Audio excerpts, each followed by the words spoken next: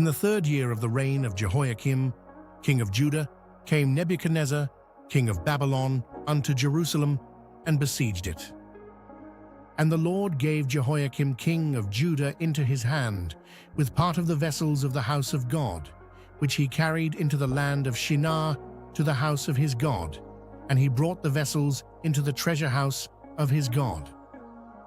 And the king spake unto Ashpenaz, the master of his eunuchs, that he should bring certain of the children of Israel, and of the king's seed, and of the princes, children in whom was no blemish, but well-favored and skillful in all wisdom, and cunning in knowledge, and understanding science, and such as had ability in them to stand in the king's palace, and whom they might teach the learning and the tongue of the Chaldeans.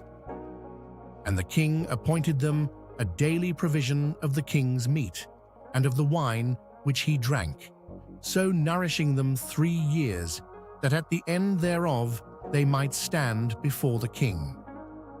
Now among these were of the children of Judah, Daniel, Hananiah, Mishael, and Azariah, unto whom the prince of the eunuchs gave names, for he gave unto Daniel the name of Belteshazzar, and to Hananiah of Shadrach, and to Mishael of Meshach, and to Azariah of Abednego.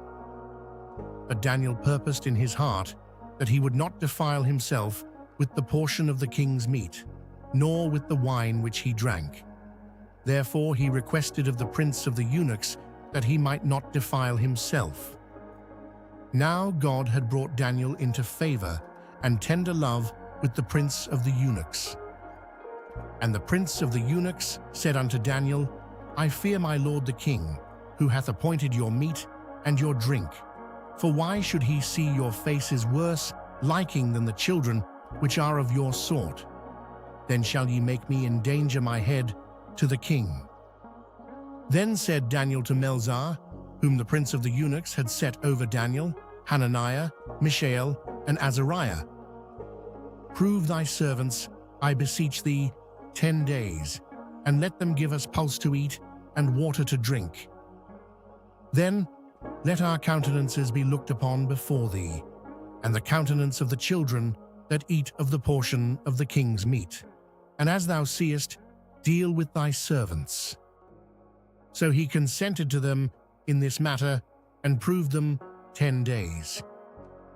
And at the end of 10 days, their countenances appeared fairer and fatter in flesh than all the children which did eat the portion of the king's meat.